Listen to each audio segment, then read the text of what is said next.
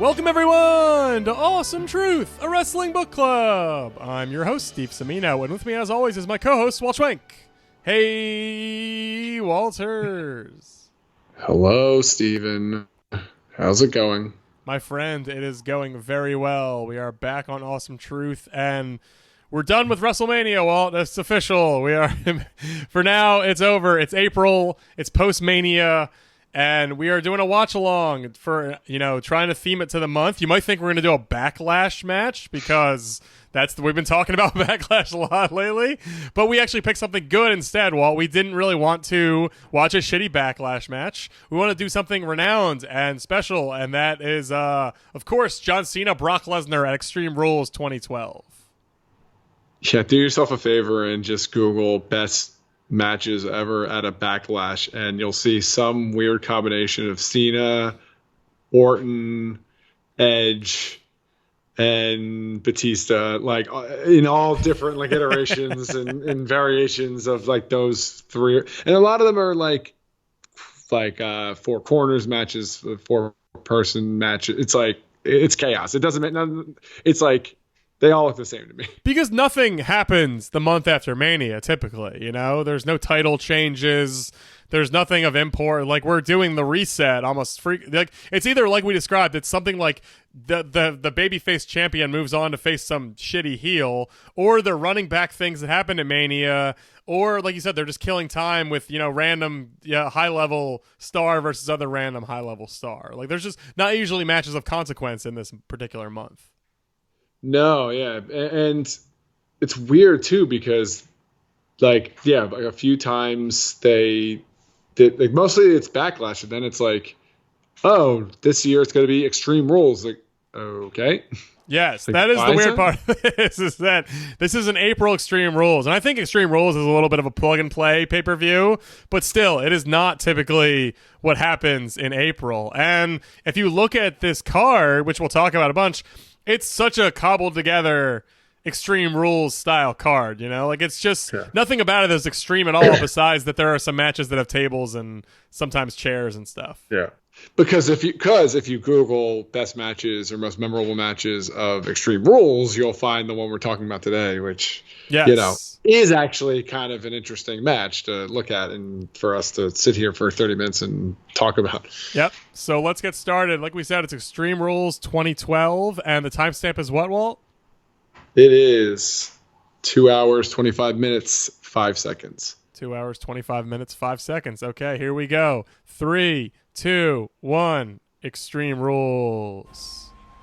This is in Chicago, and there is a CM. It's one of the classic CM Punk is the champion style cards where he is not in the main events, which rankled him to no end, especially I'm sure in his hometown base. Not it's in, I think, the Rosemont Arena, so it's not exactly Chicago, but it's Chicago area. And I'm sure he was a very pissy baby about the fact that he fought Chris Jericho and he still got second billing to Cena Lesnar. Yeah, he probably thought at some point, oh, surely I'll get that last spot, but no, it didn't quite happen. This time, at least, Cena Lesnar, a returning Lesnar, we should say, who has not been seen in years, right? He came back after Raw this year, the Raw after Mania this year. So this Lesnar return was a big deal. It obviously should have been the main event. Yeah, definitely. That's not even a question. Yeah, it's a huge, it's now we take for granted, even with Rock, because Rock came back around this time too. The Mania that preceded this particular card, Rock was back as well. So those were two guys that, again, we've talked about that before. Now it's of course, Rock pops by every couple years. Of course, Lesnar comes by for a run. But back in 2012, this was all really, really special and unique. Yeah, this is his first match since the Goldberg match, WrestleMania 20 Goldberg match. So it was 8 years, is that right? I believe so, yeah. Wow. 2004 was 20. Yeah, that was WrestleMania 28 was in 2012. So wow, that's a very long time. And I know he was in UFC and doing various other things, playing football and all sorts of stuff. But it is, I will timestamp this. This is a Lesnar returns pre-Paul Heyman advocate era. So it's Lesnar out there just cutting promos by his lonesome, huh? Yeah, it was not great until Heyman just became his mouthpiece. Yeah, and which is fun. I mean, like, obviously we're talking about Brock Lesnar, who is currently off television and, you know, persona non grata for his likely involvement to some extent in the Vince McMahon scandal. So let's note that up top that Brock Lesnar is, you know, it's a curious time to be talking about him, but it is a good April match. And I do like talking about Lesnar, like you said, because nowadays, the Lesnar we've seen in the last couple of years, he's actually kind of, I wouldn't say good on the mic, but he sort of found his niche, you know? Whereas back then, I'm sure he was just cutting generic promos and sounding bad. Well, he had a really bad exchange because they did the I remember this very vividly. They did the contract signing with John Laurinaitis because this is the people power era. Oh, love it. And it was a also persona segment. non grata now. Very much so. Oh my God, yeah. Time for so many reasons. Time and a place. But I remember he like the entire thing. He was just trying to act like so like diva-ish. Like, I want a private plane. And it just came off so flat and so terrible. It was devoid of anything interesting. I mean, those contract signings are always pretty bad, but that does letting Lesnar come with that sort of persona is not a good idea, I would say. Yeah, Lesnar left to his own devices without a writer. Yeah, that's it's like, ooh. Like you don't want it's the trials and tribulations of weekly television, which we've also talked about 8 million times. You know, like just filling those gaps. 4 weeks of Lesnar with a microphone or Lesnar doing something that isn't beating the shit out of people. It's just bound to be boring. Like when Lesnar's beating you up, it's always captivating. When Lesnar is talking or standing there or participating in an angle or a build up, it's usually a mess. Yeah, but. We got Cena. Oh, yeah, John Cena here, looking real good. You know, like $1 million, I will say. I know we've thrown shade at him recently, but it's nice to see this Cena. Sure. Oh man, what a specimen he was back then. Oh man. Now he looks like a dad. Like it's just fine. He's a very healthy looking dad, but he's got big dad vibes, and here he's got big pro wrestler vibes. Well, you say he looks like a dad. Yeah, I mean, the Cena we saw at WrestleMania in 2024 is just big, like, healthy dad energy. Large dad. Yes. I thought you said he was a dad. No, now this is whoa. pro wrestler Cena. This is hunky-ass, like, stud Cena, you know? He's huge. Yeah. But this is Lesnar, too, without, like, the Viking cut. Yeah, it's very standard. Whoa, is that real? Which part? Cena being busted open? Yeah. Did Lesnar that wasn't Hardway though, was it? Looks like it. It's a weird spot for a cut, but it's just across the board that's weird. Wait, are you ahead of me right now?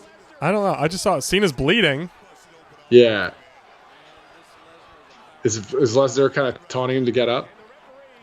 Oh, we actually are off weirdly. Uh-oh. How are we going to do this? Do you want to go back to a certain point? What's happening to you right now? I don't know. Cena's just. I'm at. Sorry, I just paused it right now. I'm at 2:30:40. Let me catch up because I'm editing this one anyway, so I'll time it to 9. Okay. I tell you to 2:30:40. You're at? Play. Yeah, you can play now. Okay. I'm bleeding all this in, by the way. So. All right, yeah, but Cena's, I mean, I don't know why they would cut Cena, but it looks like it's real, right? They did this with Orton too a few years later, and everyone was like, "Whoa!" That's true. That was. I remember that being hard to tell what was going on too, which is, I'm sure that was Vince's all plan. Oh, MMA, no one will know what's going on. But yeah, it is. I mean, I assume it's real just because it's a strange spot to cut yourself for Cena. I love how Cena's like trying to do MMA. Yeah. Just against this true monster of a human and gets his ass kicked. It is devastating to take an elbow like that. Oh my God, I can't even imagine. Yeah, I remember very vividly the Survivor Series match, right, with Lesnar Cena? Yeah. Where Cena got squashed. And when you first mentioned this, I knew it wasn't Extreme Rules, but I was like, I don't even totally recall that because I'm just so used to the Cena, which was 2014? No. That was. I think so. I think it was 2014. It? Yeah, it was a few years later. But that's the most famous that's a more famous Lesnar scene, just because that's Cena just getting beat like he's never really gotten beat before. Yeah, without even like a will he win. It's like no, he's just straight up loses. Yeah.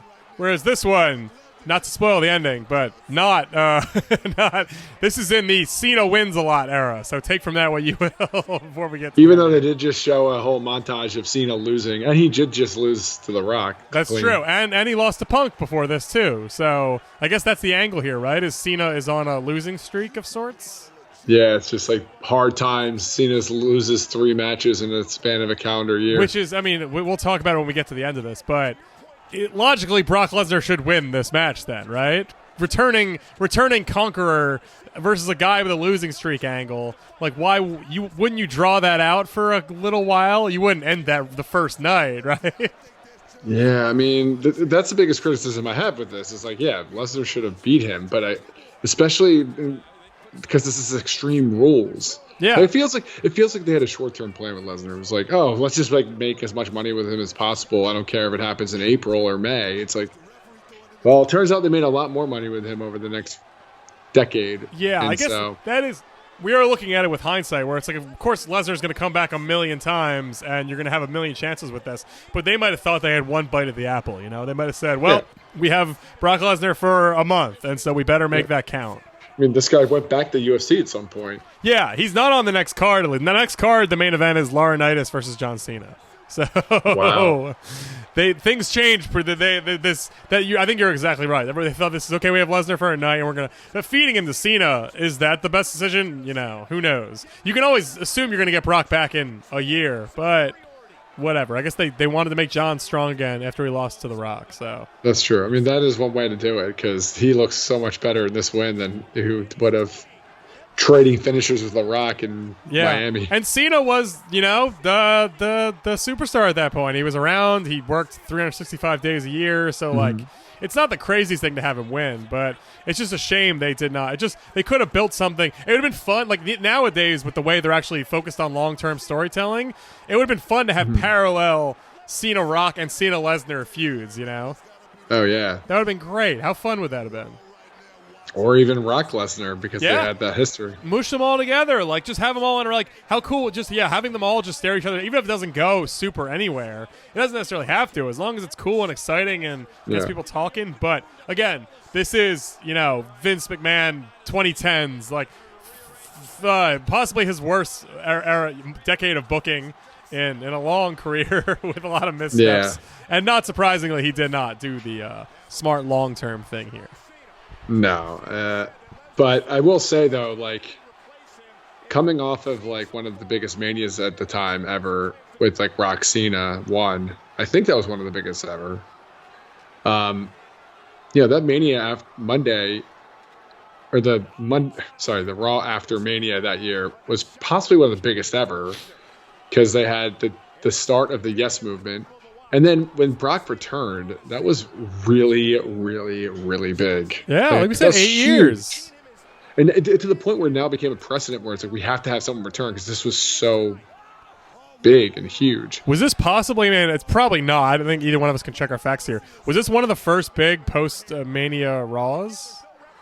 One of them. I mean, I'd have to go back we to don't have, one but as you said, this was a long time ago now. And, 12 years, and like that's the kind of thing that, like you said, it's almost untoppable too. So even if it wasn't the first one, it sets a precedent that is difficult to maintain because you can't bring back a Brock Lesnar or a Rock or any of these guys at that caliber every year.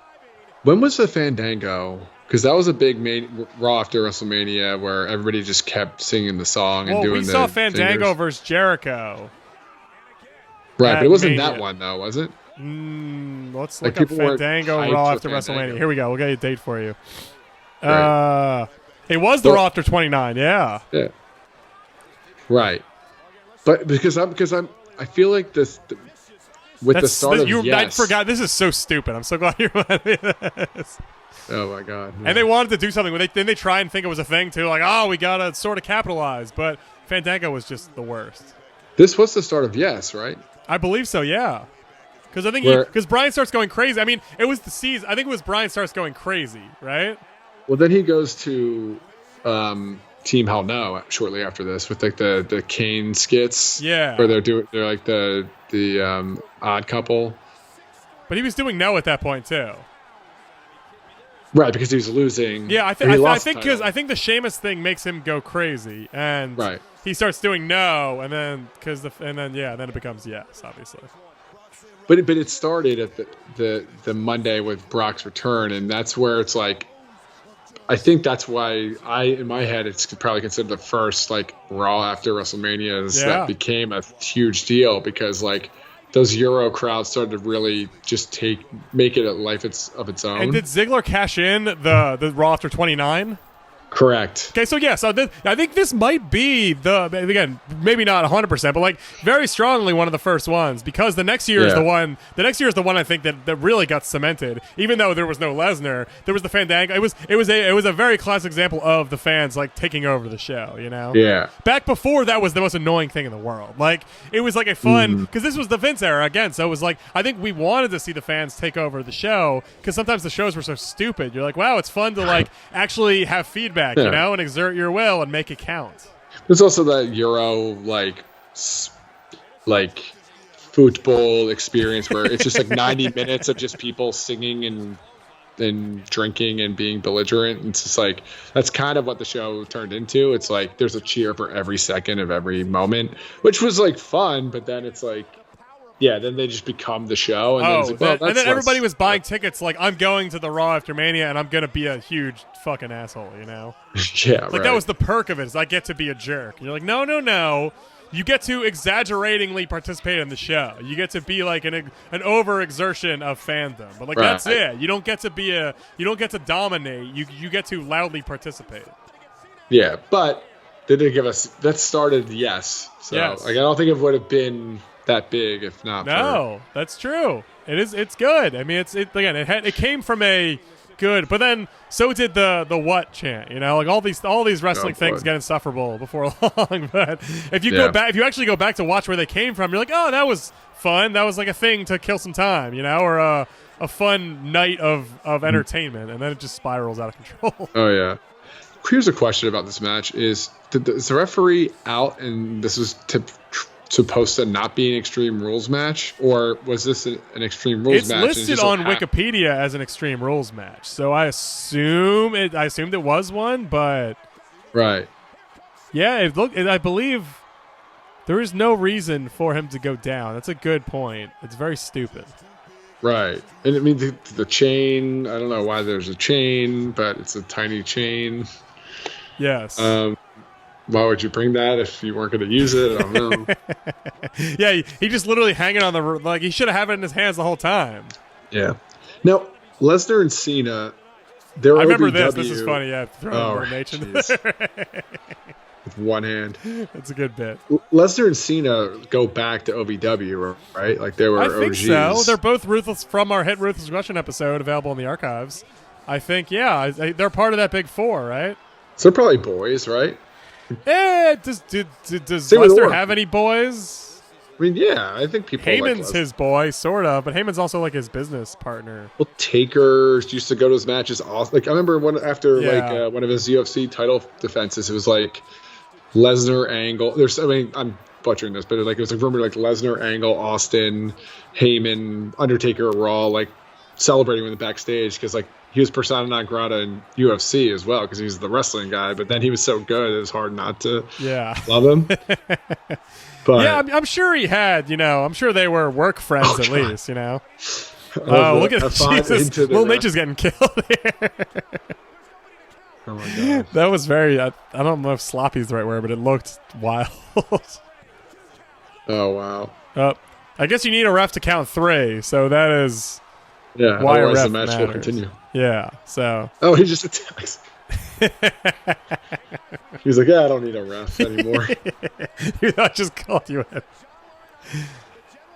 It's good. I mean, Lesnar, we've said before, we've done Lesnar matches. He really puts on such a good show. Like, he's such a good performer. Because he seems like an adult, Like, it's... Because he's not a great interview. And, like, I know he's a great businessman, they always say. But, like, he just has a vibe where, like, this guy's a big, dumb idiot. And then you watch him wrestling. Like, no, this guy knows exactly what he's doing, Yeah, well, especially the post UFC run, his quote unquote return. This was 12 years ago, of course. Yeah. But like, yeah, he like kind of just like created his own style and became his own like he became his own. I hate to use the word attraction, but he became its own. It took on its own life within the show, like the show within the show. And sometimes there were guys he didn't want to sell for or didn't want to work with, like that Ambrose match at Mania, and they're the worst matches you've ever seen.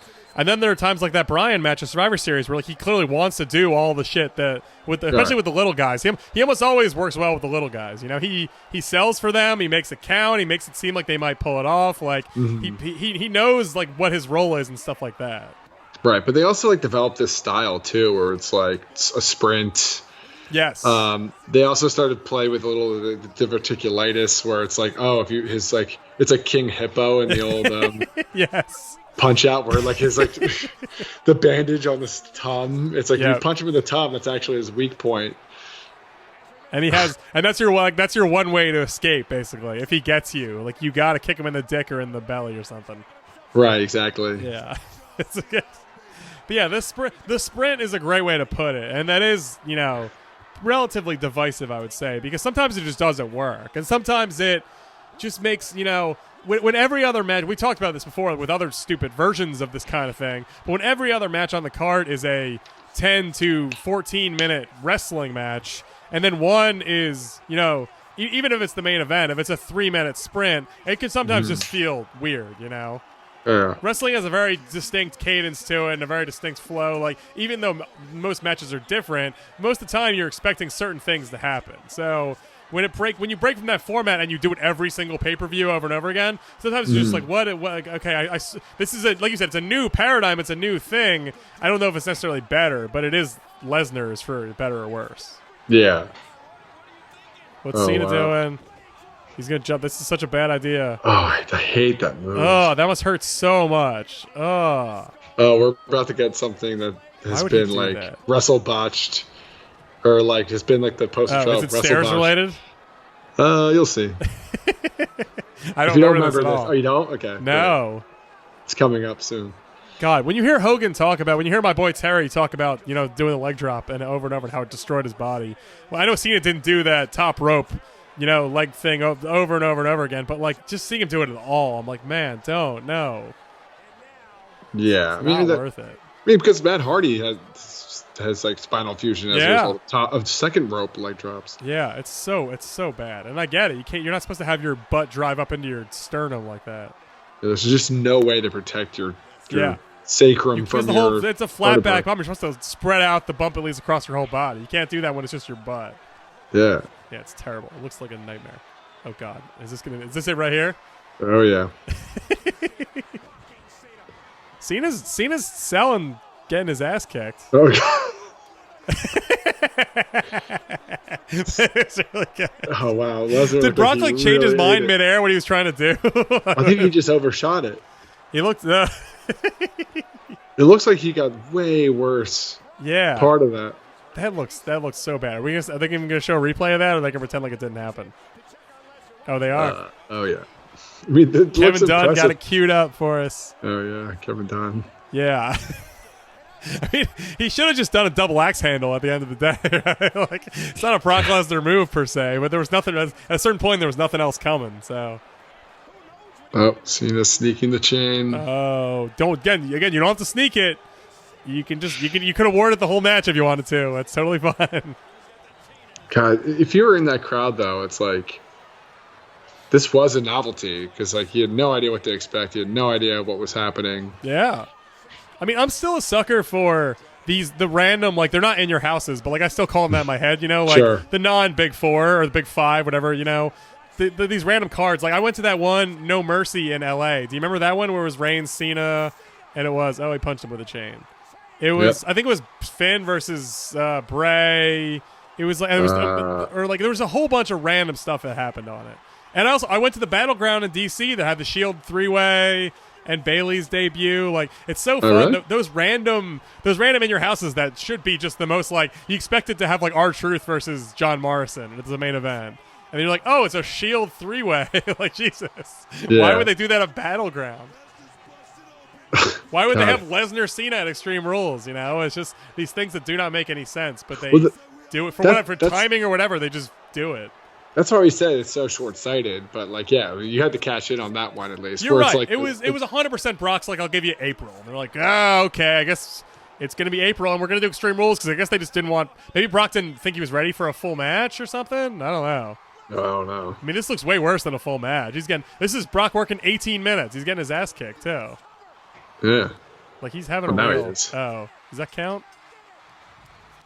Wow. That was very good. That was like a very. Yeah. It's a good. I wish Lesnar had done a few more of these. You know, like yeah, I guess he can't go toe to toe with everybody. But like when he faces Samoa Joe or whatever, like I know that was a pretty good match too, from what I remember. But that could have been 16 minutes long. You know. Oh God, I remember Samoa Joe. That was a Samoa good match, Joe I in think. WWE? I remember Joe. That's one of those famous memes with Lesnar's face too, right? Because Joe almost choked him out. And I think Lesnar does like a big, like after the match, there's like a big like choke face, like his face is beat red and all that. I don't remember that. I'm just thinking about the Undertaker and him laughing, sitting at it, looking at each other. Oh yeah, well of course. Well, Lesnar's very memeable. he is. He makes good faces. Wait, so we got another 6 minutes. Does Brock just beat the crap out of him more? I don't know. Oh, weird. So apparently we could probably actually stop recording. According to Wikipedia, Cena gets on the microphone and says, "I'm hurt and I'm going to go on vacation." And Wow. then, of course, as I said, the next pay-per-view he fights John Laurinaitis for 17 minutes. So he does not, in fact, go on vacation. He has a stupid match against a dumb guy. Did they try to like kayfabe, like, oh, he's actually hurt here? I guess. That sounds like some Vince. Oh, that's the fan who's. Oh yeah. It sounds like some just dumb Vince shit, right? Wait, so it's not in the broadcast? No, it is in the broadcast. That's what we're gonna sit here for 6 minutes, and that's what's gonna end up happening. God, can we just skip Yes, ahead? we're and just done. talk It's about over. It's over. Yeah. Okay, great. That's what I was saying. I was warning us, like, no, we shouldn't wait around. It's not like there's a post-cred sequence or anything. This is just. I'm just watching it in this recording just to see it. Yes, and you'll be very impressed, I'm sure, by all the stuff. Well, there we go. We've done a couple good. We might have done. Is there another Cena match, Walt, that's as good as the two we've done for this show? I mean, this is one of my favorites. Just 'cause it's so I mean, there's different. this, and I guess there's Michaels at Mania is probably on the list, right? What, that we've done, or Well, that no, I'm should- thinking off the top. Like I'm thinking, have we done this? We've done Punk Cena and we've done Lesnar Cena. Have we done the two best Cena matches of all time? Oh, probably. Yeah. Well, because I know I'm you're not a trying to big think fan what of the Mania match, right, with Michaels?